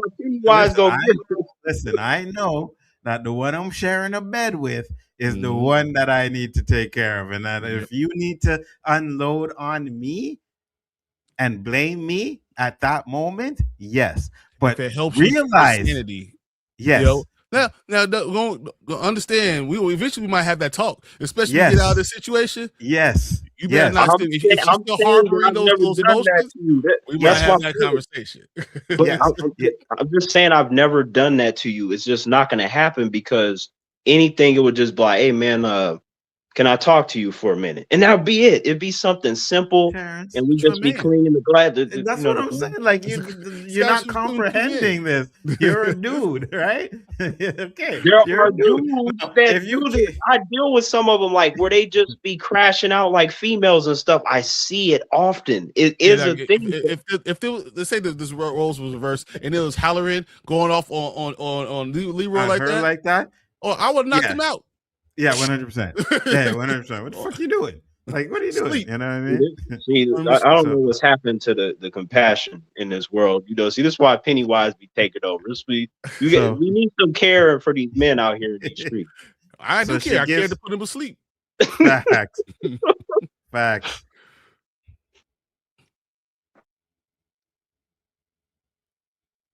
I was like, how the hell am I supposed to do that? Right? You can't hear anything. Can you guys hear anything? Oh shit! I know why. I can hear you guys. The show. I know why. Yeah. Okay. Yeah. So she talks about the tree and saying that they need to get the Hallorann. They need to get the shard there, and then she decides to give him this. There it is. That's the word. Maturin root. So that Maturin root is the same root that Mike gave to not Anthony Mackie, John McAvoy's McAvoy, his character in it too. I can't remember what the character's name was, but the root that he gave him was the Maturin root. Yes, it was the same thing. So see that's another reference to our boy, because he's the turtle. Yeah, the turtle. Yeah. So she gives him the root. Now I know we had an issue for this part, right? Hold on, but I want to play it so you guys can listen. Remember this. Whatever you do, do not go dish. Okay, so no. So at first I thought she said just remember, but she said remember this. Now, why the hell would she wait until she gave him the root before she said it, right? Now, when I first heard, I thought she said just remember, right? So if she had said just remember, then that would have meant she told him before and we just didn't hear what they were telling. But the fact that she said remember this means that she didn't. The first time you having this conversation, you tell me after you give me the PCP, the angel dust. I know you wouldn't like to get wet. That's what she just did. And then telling it's not going to take that long to have an effect. Why the hell didn't you tell him that way before you made him take the root? Try this. That was dumb. She literally was like Denzel, like, okay. I didn't know you like to get wet. Really? I think I don't have a problem with that just because there is a such thing as dramatic effect. Oh no, he's not going to be able to hear what she's saying in time. We've seen that before on countless shows and movies where it can happen and they just pass out. It's the same kind of trope we've seen. Again, it's done for dramatic effect, so I didn't have a problem with that. See, here's the problem though. Usually when it's done, it's not after you give somebody something. It's usually like, oh, the guy's about to say something and then knocks out because he had an injury or something, right? She literally gave him a root and then told him, remember this after she gave it to him. That, to me, even if you're saying it's done for dramatic effect, was 100%. It was dumb. That part was dumb. I'm just saying, like, how can I be mad at that when I've seen it so many times? Like, I just but we've seen it so many times done better. That's the problem. You know what I mean? So I mean, but are we taking all points for that? Because like I don't think we should minus a point for that just because the character gets a minus point, not the writing. We're talking about characters. Okay. I'm just making sure we ain't knocking the writing because I'm like we can't be doing that. So we know why they did it, right? But when you're thinking in the context of the story, it makes no sense. You know what I mean? Do that, like, yes, they did it for drama because they don't want us to remember. And the worst part about it is they never even came back to that. That's where the bad writing is, right? Because we never learned what he was supposed to remember. We never learned it through the episode. That's where the writing is bad. Because you give us something to say, oh, remember, don't do this, and then we don't find out what it is he wasn't supposed to do. Don't focus on your hands or something like that, because as soon as you do that, your actual blackness will come through. You know what I mean? Wait, hold on. Did I hear you say? So you're saying, Anzo, you're saying the writing is bad. On that particular point, yes, because you hint something that he's not supposed to do, right? And then you never let us, the crowd, know what it is he's not supposed to do. You understand what I'm saying? So you can't give us a little hint and say, "Oh, you're not supposed to do this," and then find out that he's not supposed to do something. Now, if he had did something and shit popped off, then it was like, okay, well, that's what you weren't supposed to do. But we didn't get any call back to that or anything. That's where I say the writing is bad, because you put that in there and then don't tell us what it is. You know what I mean? No, my phone was like, it kind of cut in and out for a second. I thought you were saying that at this point you prefer Stranger Things. That's what I thought I heard. You know what? That's a good one, Terrence. You don't have many of them, but that was a good one. I like it. I like it a lot. So now we get them and they get to the car accident, right? They trash the milk van, and then the shard falls down and they all end up having to fight for this shard. Lilly grabs it and we really get to see how crazy Lilly actually is. We go back to Hal again and he's able to now see, I'm guessing he's seeing through the shard, right? And he's able to see that it's the kids that have the shard, and he's able to tell them where they're going. But we have them having a big fight over this shard. What did you guys think about the kids and them fighting over the shard? It's exactly what I thought was going to happen, right? You thought that Lilly, we knew that she was becoming more, Smeagol. It's like she was sitting there like, my precious. Like, she was really becoming attached to this thing and driving her crazy. My other question is, why, after they figured it out, why are they still holding it with their hands? Let's just pass it on and on. How about we wrap it up in the shirt? We all got jackets on. How about we wrap it up in the jacket? Let's stop touching these things with our bare hands. Facts. And another thing too is like Lilly is still next to it. So you're telling me all of a sudden she just snapped out of it and doesn't want it anymore? You know what I mean? Like it's just like, oh yeah, okay, you're right. I am this the whatever you call them, the tugboat or whatever. Yeah, and then all of a sudden, boom, I don't care, guys. And then they were switching, holding it, right? So that meant she had to hold it again and still never had that, like, I need to have it again. I think the way that they did it was good, just because. So the way that you see Marge and Ronnie, how they address Lilly, I was like, yeah, put her in that rear naked choke, punch her ass out, like you got to carry her or something. Like I just love how that was happening. And then they're just like, hey, we're your friends and this and that. And then she calmed down. But it was like when you see Marge and they say, okay, let's rotate it around. I think it's because they don't know that it's the whole flesh on it. It's just the idea to them. It seemed like it's the amount of time that you hold it that has the effect, not so much if you touch it with your bare skin. Like that's what I got from how the scene happened, and then based upon the dialogue that Marge and Ronnie was trying to tell Lilly. So I feel like as kids, that makes sense for them to come to that conclusion. Actually, it's kind of smart, the idea of like, hey, let's rotate it so none of us can really get to the point where we get, overtaken by. Maybe if we rotate it, maybe it needs a certain amount of time to fuck us over. Like, I actually thought that was pretty clever for, some children to figure out to that extent. Dude, if something's dirty, I'm not grabbing it. And you see, it knows your hands get dirty because you holding it. I'm not saying, hey, give it to me. But we're adults though. Like I feel like some kids, like even their kids, if you hurting this dirty ass ball, like you ever been playing basketball and the ball get dirty, you're like, hey bro, the dirtiest ball, the ball's dirty. He's like, hey, bounce you the ball. You watch that ball roll over because I'm not 100%. Ball. Yeah, 100%. We better go get a bag.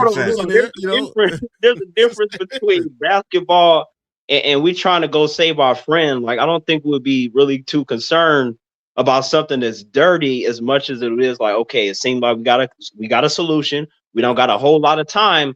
So we need to keep our thoughts directed at we need to save our was life, and that was the same thing. I saved my boy from the wrong people. 100%. I'm right there with you. You playing street ball, right? and that ball rolls up in the dirt, nobody wants to get the ball after that. Like, nah, bro, you get that. I get that. No, you get that. No, I get that. And then when you grab the ball, you're holding it like with 2 fingers or some shit because you don't want to touch the dirt. Yo, I'm right there with you, bro. Okay, so Andrew, how would you know if the shard is taking over me? Like, say I'm holding it. Like, what would be like your indicators? What are you talking about, Terrence? We already knocked you out, and we already outside of the entire city. We're not in Derry no more. And then once we got out, we forgot that I was there. So we're not going back. So they get into the car and they're driving to get to the kids, but they realize they're not going to make it there in time because Pennywise is getting close to the tree. So Leroy says, I have an idea.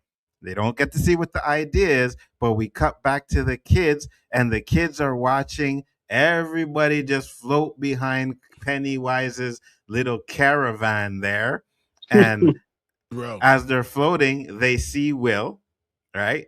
They try to grab him. I gotta be honest, Will would have been a goner. I would have put my hand 100%. underneath them, and I'll be like, "Oh, there's no string. Hey, bro, I can't get him. Tried." Wow. See, this is why all them flyers are up. You guys are supposed to like try to jump up there, to tell them a story or something to get them to snap. You're supposed to keep trying. You can't just leave them up there with the. This is why girls were the only ones going after them, because I promise you, even if Richie was with them, Richie would have been like, "Hey, maybe not." Yeah, 100%. No. We gonna get to my boy, but no, he definitely would have kept trying and stuff. See, could she have changed the whole thing, how everything goes, if she named the little kid, the baby, not Richie? Facts. See, but that's interesting because I'm like, we know this is a prequel, but then with this scene, we found out that because he's a cosmic entity, he sees all forms of the timeline. But Richie is not here yet. We don't see him until the movies. Mm-hmm. So I'm like, I like that it is letting us not linear. He's like all at the same time. Like I just like the fact that he doesn't understand, like he doesn't care about the future and stuff. To him, it's all the same, but we understand that they're in the 60s and we know the timeline of the films. But that's interesting when someone has so much power that they just don't care about the idea of time and that they have all this information. Like he's kind of he's similar to Dr. Manhattan from DC in the sense that Dr. Manhattan got to a point to where he was able to see the past, present, and future simultaneously. At first, he can only see things in relation to himself, but once he crossed over into the main DC continuity, then he was able to see everything. So he just stopped caring about time. So that's kind of like what I thought of when, Pennywise was talking to Marge. But the one thing I loved about this scene, and I think I said it on the stream, I'm like, oh, wait, they just turned this prequel series into a sequel series. It's not a prequel anymore. It's a sequel. It's just going back in time. And now we know that when he goes back to 1935, he's going to be trying to kill one of their ancestors. Then when he goes back in 9209, again, he's going to try and kill one of those ancestors. Now, my theory is that in 1909, he's going to succeed. And whatever he is going to do is going to make It Chapter 3 movie, right? Yep. So they're going to have the same thing. I thought the same thing. And then I saw you say it yesterday. I was like, crap. Now I can't sit here. But see, the whole thing is a prequel until you get to the reveal, because this stuff still takes place in the past, right? Yes, it does. It still takes place in the past, but it's technically a sequel because we're just seeing, what's happening now. So Pennywise dies in the movies, right? And then we see that in the past, because he sees time in a linear way, not in a linear way, that now he's able to change what happened. Isn't this and also like Pennywise, like are we sure we could just take his word all the time, because he does manipulate shit, like he lies a lot. But didn't he say also, did they kill me or was I born? He says, I'll play it, because he says Monday, or he says, hold on, right here. Is it birth? I get confused. Yeah, exactly. That was The callback is that beep Margie is the same thing he said to Richie in the movie. Right. He said Mhm. beep. So it's another callback to that. But as he's about to attack, he freezes. My boy Hallorann. That shit is beast as fuck. I'm like, look here. See that. See, I just like how when there's certain things that you can point to. I'm like, look here. I don't care nothing about what Danny and none of them did in no doctor sleep because they were still dealing with some fucking humans. Pennywise is a cosmic entity, and Mhm. Hallorann was able to hold him back like for a crazy amount of time. You can't get no more beast than that. not just that, but he was winning. He He Yeah, was slapped him. until the white people came in and messed it up. Facts. Yeah. So what happens is, Hallorann, Leroy, they find the kids, and when they find the kids, Shaw and them finds them, and Shaw, they take a couple of shots, and they end up shooting Taniel. Right? We have Taniel being shot over here. Damn it, because he's young. They all. You don't have to be scared. Mhm. I'm okay. I told you was scared, Will. Right here. So Taniel gets shot. He dies. Now we did last week. We said that we either thought it was going to be Taniel or Rose, right? We thought maybe Rose was going to sacrifice herself so that Taniel could live on and be the protector. But I guess I see why they did what they did because when we get to the end, but yeah, I would have preferred it. And also Taniel is younger too. They tend to go after the younger ones. You know Yes, that's he's what kids, happens. so F them kids. Yes.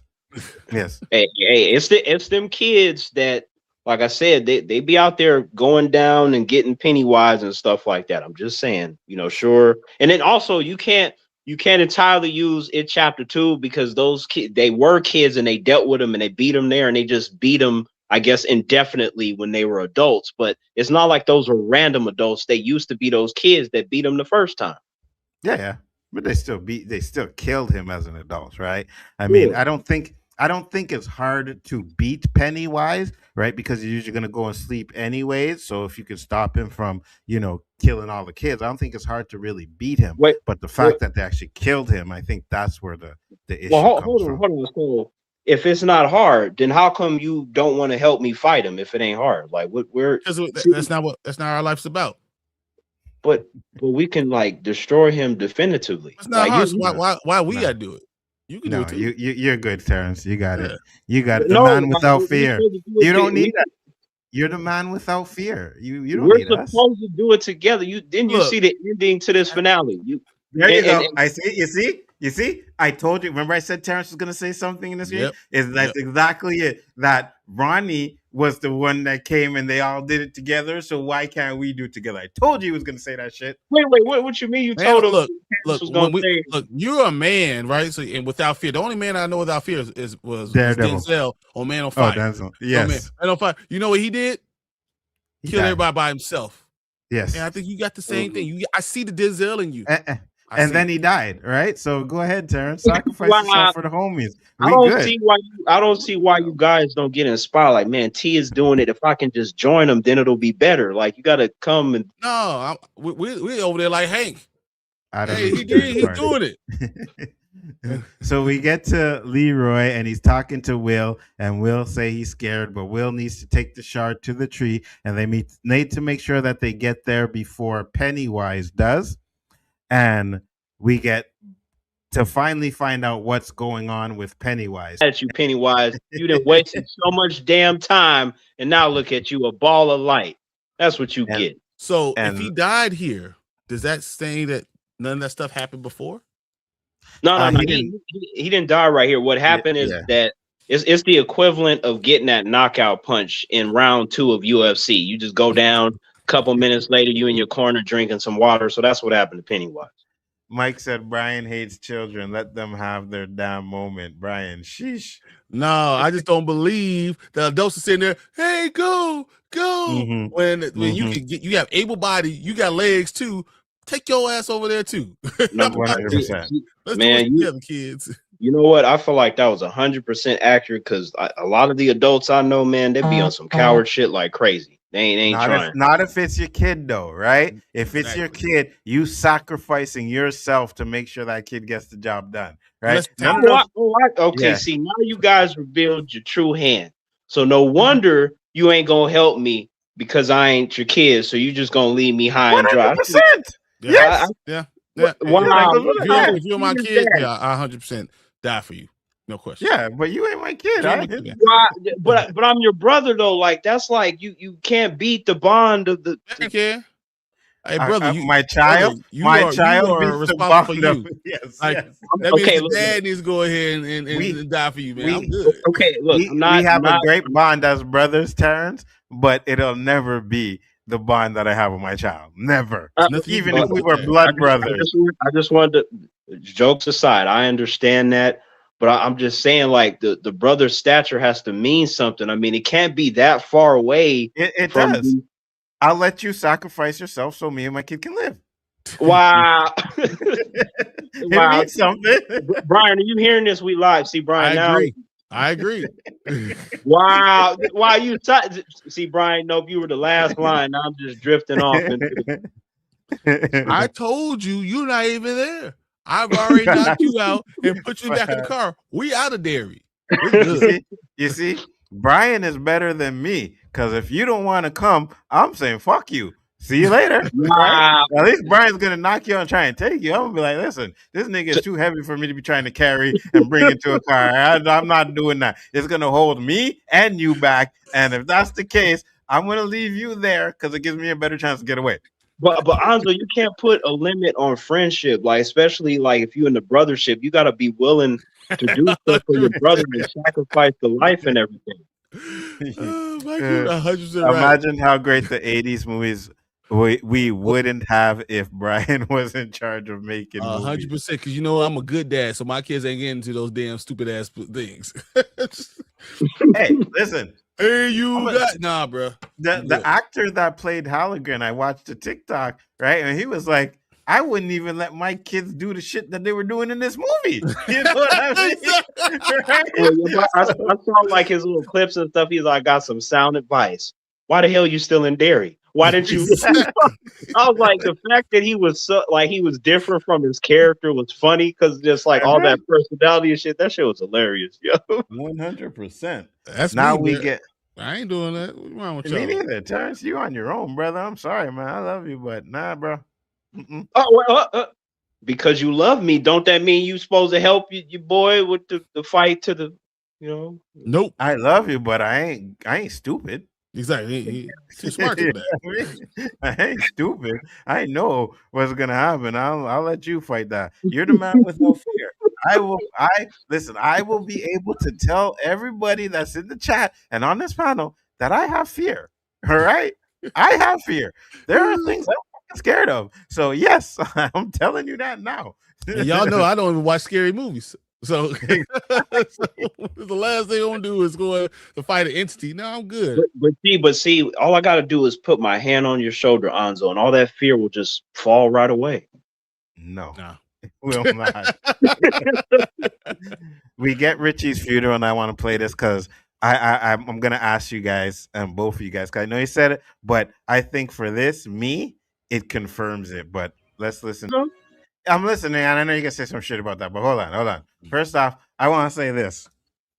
Last week, I said I thought I had a feeling Richie was going to be back, but I thought Pennywise was going to use Richie to mess with them, which is kind of what I was hoping I would have seen, because I think that would have been like, oh, that's messed up to do that. You know what I mean? I do like that they gave Richie that moment and stuff, but I would have liked for them to for him to have messed with them with Richie at the beginning. You know what I mean? For Richie to have come along. Would you rather Richie mess with them or have the principal as a puppet? I like the principal as a puppet, but I would have rather have Richie come and mess with them. You know what? Okay, so I wouldn't have been mad at the Richie thing. Wouldn't have been mad at it, but that might be a little bit. That might be a little bit too on the nose. Like I feel like the whole you know, like when he pulled down the flyer and you see him, like I thought that really hit, like the way he did. No, I get it. I was saying the same thing, right? I love the way they did it, and they could have still did it. I would have just wanted Pennywise to kind of mess with them at first, like when he was talking to Marge, when he was talking about Richie, he just turned into like fucking Rich for a second there. You know what I mean? And then and then we see Rich come in and do the same. I would have liked that. I think that would have had people going crazy in that shit. Like, oh my god, I can't believe Pennywise did that.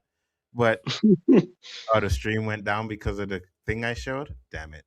It'll come back up. Then Oh yeah, I'm they say guessing. unavailable. Yeah. Yeah. All right. So I'll just wait for it to come back up. Damn, Pennywise took down the stream. See, Facts. I think that what did it was not that you showed it, but when you said that, we're not gonna work together, I feel like that decreased the strength of the live, and maybe that's why I went down. But if we just band together right now, it'll uplift the stream, and then we'll be okay. Not gonna happen, Terrence. You're on your own, brother. Wait, what? You're on your own, brother. You definitely not gonna get me. I told you, you already gone. So I don't know what you're talking about. You're not there. Facts. We already fixed it. Facts. Let me just write in the chat. Just waiting for it to come back up. Yeah. Yeah, Brian, you gonna go to sleep, and there's just gonna be a note when you wake up. I'll be like, "Yep, my friend, I had to go, and here's the coordinates, and I just want you to follow this and meet me there." Oh, look, if I handcuffed Okay, you we're and back. you did it, all right. All right, we are back, guys. Yeah, I guess they didn't like me playing that whole clip. I did play a long part of it, but I just wanted you guys to hear her conversation, right? Because I think I loved what she had to say, right? Mhm. Even though I wouldn't do it, I loved what she had to say. What do you guys think of the speech? I'll go with you first, Terrence. I love it. For someone that I was like, man, forget Marge, she gotta die. All that stuff. It's just, towards the end, I was all right. She won me over, and the whole thing with Friends, like I'm very, in case humans haven't realized at this point, like I'm very big on the idea of loyalty and standing by individuals that you care about. And this comes from someone that just don't care about humans. Like the few that I do, it's like that means a lot. Like once you get part of the Terrence contract and you have reached a certain level of importance, it is already in writing that I'm going to sacrifice myself to save you. That's just how I get down. Like there's nothing to think about, nothing about nothing. So when you hear Marge's words about the idea of friendship, and also it's not just friendship, there's also love that's there because she, loved Rich. So, Mm-hmm. humans always talking about they love and all this other shit and stuff like that. So I understand how powerful love can be, even though it's very illogical in a lot of ways. Like it can get you to do things that are not necessarily smart in the name of love. But at the same time, it doesn't change the fact that the Motherfucker, did idea you of say love was illogical? it is. I mean, you know, what I mean, humans have fallen to ruin over love. All right, no problem. I'm not even opening up that can of worms. I'm just gonna But leave that like that. I'm just saying. But All right. my point is that when it comes to friendship, the idea of friendship, the idea of love, they're very powerful, especially if you essentially use them in the right way. Like you can really be uplifted in a lot of ways, in the same way that you could be torn down. I think that the speech that she gave, it fully encompasses the idea of the happy moments and the painful moments. And no matter how brief, they're still very pronounced. They're still larger than life. And there's something that you're not going to forget about that, especially when they're impactful. It doesn't matter how many times, it matters about the impact when it happens. Got you, Brian. I think she's full of crap. You are literally 9, 10, 11 years old. You knew someone for a month. You don't know what the hell love is. That is crap. When my daughter said it, I'll slap her in the back of the head, or have her mama slap her in the back of the head. Like, Damn. what are you talking about? So once again, where the hell's Marge's parents? What the hell are you talking about love? You don't know this little boy. You been knowing him a month. You talk about love, and you talk about friendship. Doesn't the length of friendship doesn't really matter? Yes, it does. Like literally, my best friend I've known since we were 9 years old.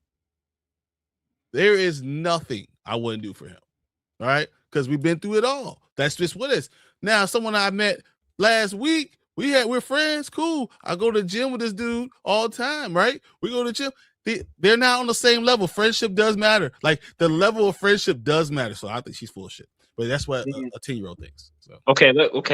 Damn, that's the opposite of what I said. But okay, with that, let me ask you this, Rashad, or Brian, since you said this, let me ask you this. So, when it comes to the idea of friendship, so let's say if I got wrecked, Brian, then do you feel like you'd be able to get that speech, or do you feel like it would just count as well too early, because you haven't necessarily like known me for many years? Like I couldn't say I love you because I haven't earned that right to say those words. I think that it carries heavy weight and heavy responsibility, and you need to have that weight and responsibility to be able to say them. Of course, but I mean, like, okay, so we're friends, but do you feel like you wouldn't give a speech, or like how would that affect you? Like, do you feel like it's deeper than this Marge situation, or do you feel like it's similar because there's not a lot of time? Why? Why do? No, I'm not. No, Mike said that's a Mike. Mike said, Anzo, send yourself and Brian to the Phantom Zone. Why? What do we do? All I'm saying is, I'm just telling you the truth, right? I'm just saying right now, this is the truth. Friends matter. Friendship does matter. Yes. Length of time that you're friends matters. That's all I'm saying. Yes. Yeah, 100%. That's it. Yeah, 100. You are 100% correct. 100%. Listen, you are right, bro. You meet someone and then within a month you're talking about, oh, I love this person. What? You don't even know this person. Wait, hold on. But okay, let's be real, Anzo. Like, okay, so if we go all the way back, like 1,000 years and stuff, the first time that you and I talked and stuff, like, you remember how you told me like you just knew like we was gonna be cool and stuff. Like you just had, yes. Right. But I wasn't like, oh, you're my brother right away. Well, no, but you earned it through the time. But you somehow had a glimpse of a future, like, because for me, it seemed like you were ahead of me, because with me, I was like, man, this dude's cool. I could see myself interacting with you for a long time, but it's like you just saw like the full picture. It's like you went to the future and you knew that we would be brothers. That's what it seemed like. I don't know if that's what it seemed like. I guess I don't know. I mean, Damn, we ended up having a lot of conversations. Like even backstage after the shows, we had conversations, and that's where our friendship has grown. But I'm not gonna say that the first fucking time I seen you, like, yeah, you're my brother. It wasn't like that. No, we were cool, but I had to get to know you. It was like, and Mike said, that's why humanity fails. No, that's why people are smart. No, that's how it fails, because you know what? When you fake friendship before you really know, you need to really earn and love that person the right way. Yes. That's why we jump into these relationships saying, I love you before you're ready. That's why 50% of all marriages end in divorce, because you're doing this stupid stuff because you're infatuated with someone and saying love. Look, hold on. Man. These kids continue to risk their lives for each other with no questions asked. Which is stupid. Because they're stupid. Y'all talking about you need the time and the love. They didn't even know each other when they were risking their lives for each other. You know what I mean? Like, nah. But they did know each other. They knew each other's first name. That's a big step. That's all it takes. We get to the funeral where we actually see Richie's parents, and then Halligan goes over and talks to him. How many of you even knew his name was Ricardo? Facts. Facts. You didn't even know his first name for real?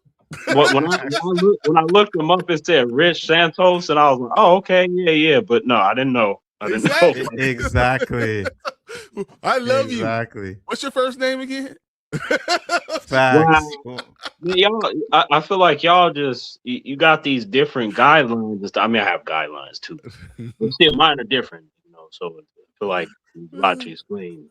Halligan walks up to the parents and he tells them that hand that you're feeling on his shoulder, that is him. And it's funny too, because they didn't look at him like he was crazy or anything like that. They actually felt that he was there.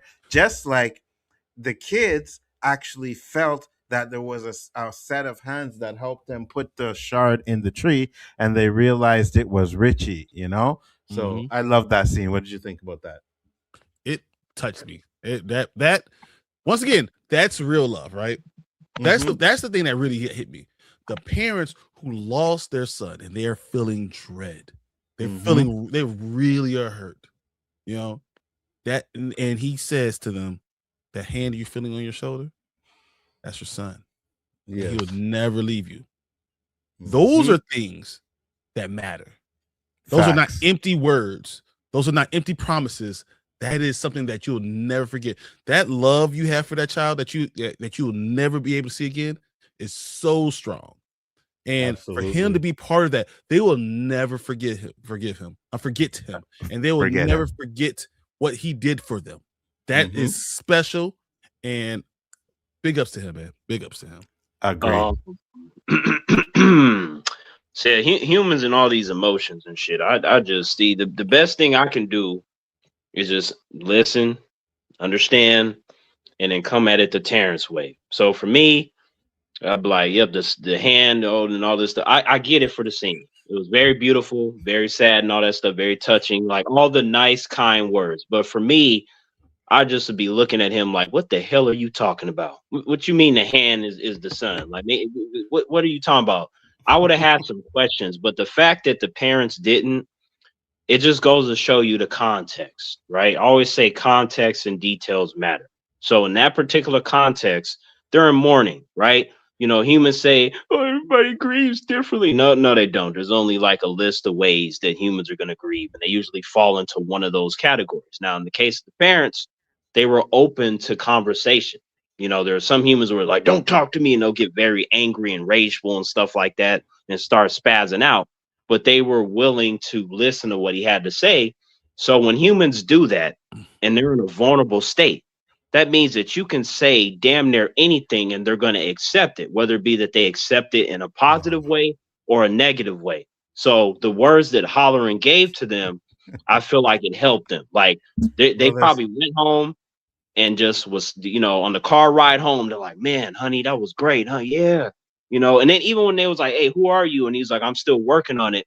I'm like, yeah, that's because we're gonna see what happens to you when you go to the Shining and Doctor Sleep. We know what time it is. But for the parents though, that was good that he did that because humans don't like reality, right? They want to hear the nice things, right? They don't want to hear the obvious in the situation. You need to say something that uplifts their spirits because they need to be uplifted type stuff. It's all connected to emotions. I know how humans are, but if, Yeah, for we the we sake know of the how we know scene, how you feel about emotions, Terrence. We already know.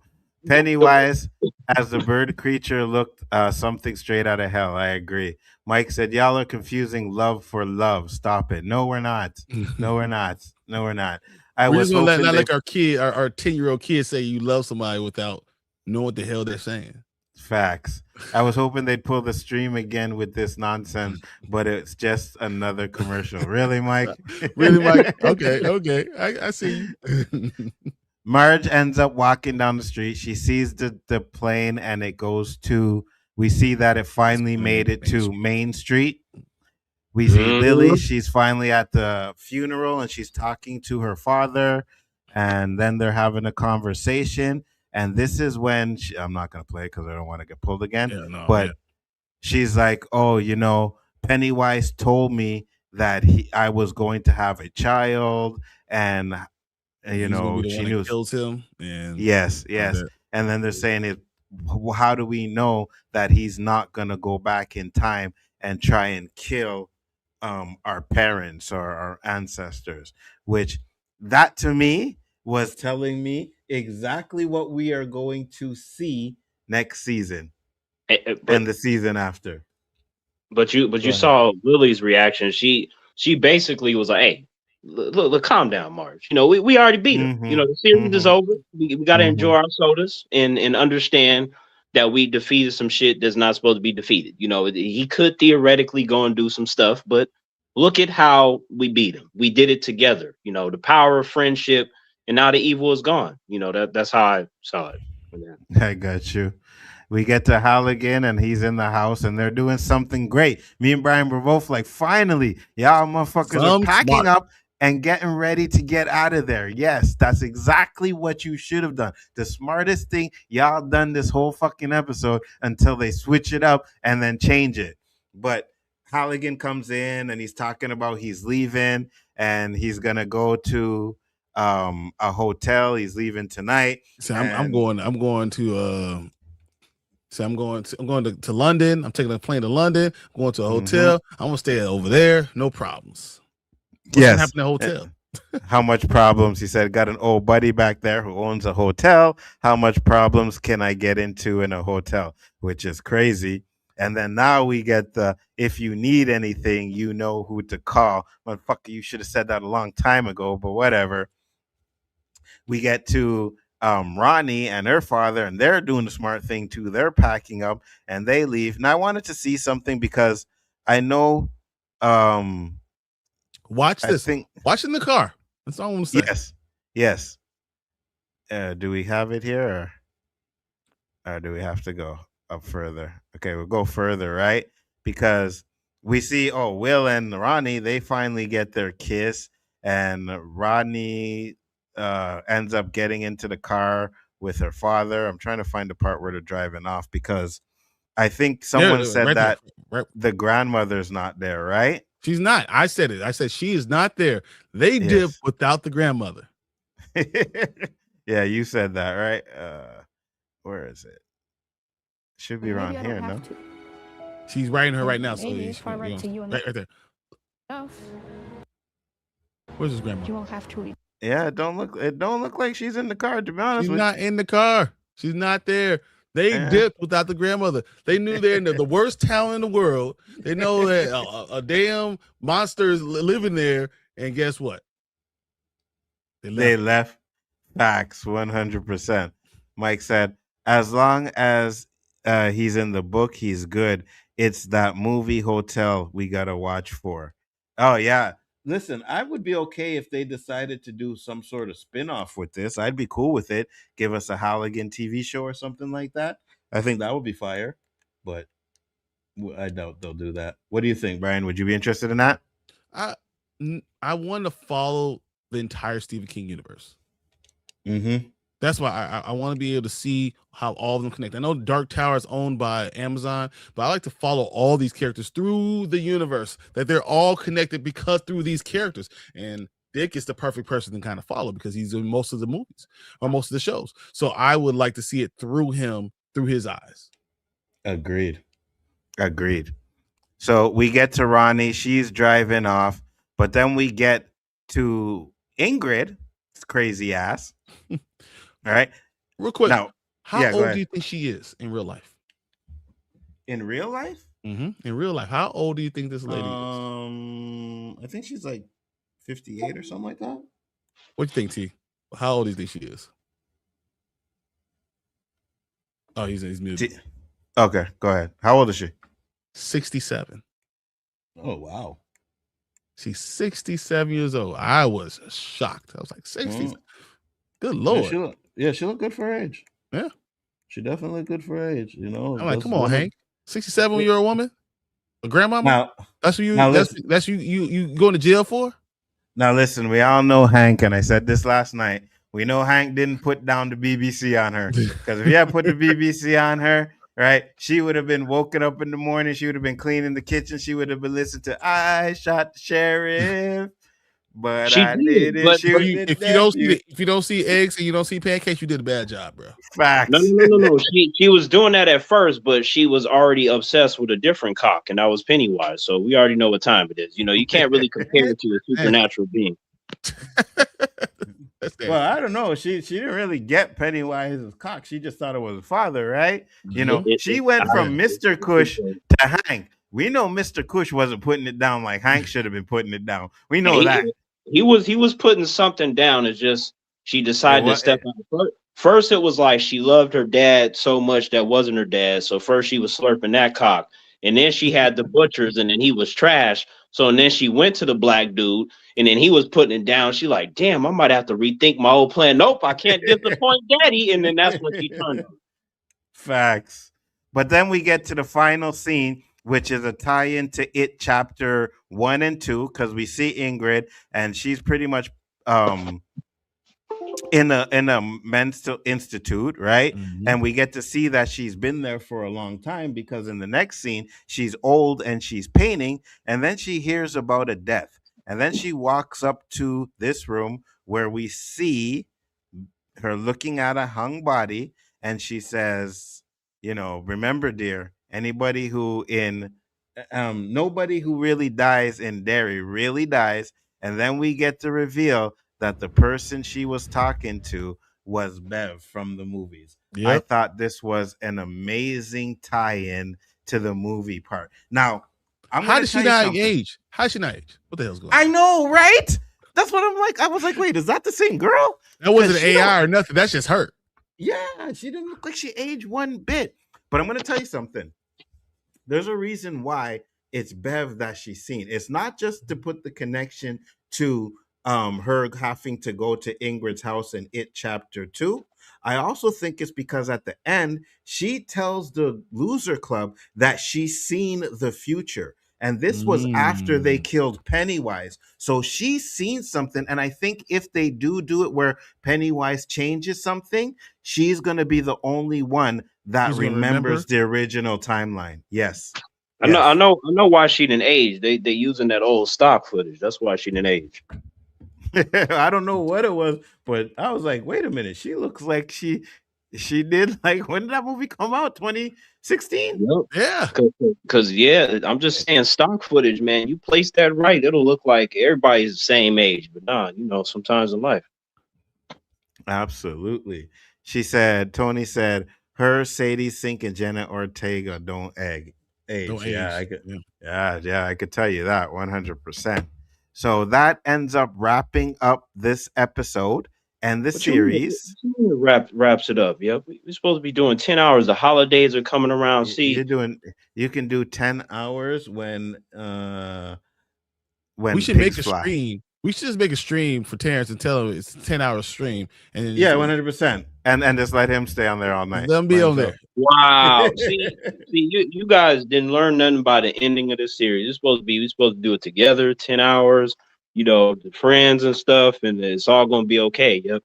So here's the difference, Terrence. Brian and I both have women, and we both 100%. have kids, Uh-huh. right? What does that There have is to no do with the power of because friendship? there is no way that a woman is going to understand why a man stayed on a stream with 100%. another man for We- 10 hours. Matter of fact, See, if she gonna start thinking about it, she gonna be like, "No, that ain't. It's not happening." He's Yeah. lying No, to me. Something's up there. He's Yeah. probably over there Yeah, with yeah. something. With Yeah. some No. chick. You Some chick gotta- is in the chat or some shit. That's why he's like, all right. You all right. gotta explain. Okay, look, just by hey, I'm talking to Terrence. Then they gonna be, oh man, Terrence, yeah, oh, he's so cool and stuff. And then everything be fine. You just gotta let them know who you talking to, and then it's all gonna be okay in the world. First question you would hear is, are you fucking Terrence or are you fucking me? And then you just say like it's Terrence, and then show them. They're gonna be like, oh yeah, There is no this it's Terrence. No, after that, your name does not come out of anybody's mouth. All right. After that question, if the first name you say is Terrence, you got a problem. 100%. Okay, but see, the thing is that as both of you have said, since you enjoy speaking to me, that means that you wouldn't put a limit on that. Just Dude, 10 my hours. limit is about 3 minutes from now because I'm Yes, exactly. I was about to say we have to go. See, you got okay, but you guys don't even know if you're gonna see me again. What if I like die in the next couple of hours? Like you'd be You'll so be fine, sad. Terrence. You'll be fine, Don't. Terrence. Brian, tell the people where they can find you, sir. Yeah, 1:30 Spoiler Keys. We go live Mondays, Thursdays, and Saturday nights. But Saturday morning, I'm with Anzo on the Rewind. You got to check us out. We actually don't agree like we did today. We usually argue most of the time, but guess what? Today, not so much. 100%. Terrence, tell the people where they can find you one last time, sir.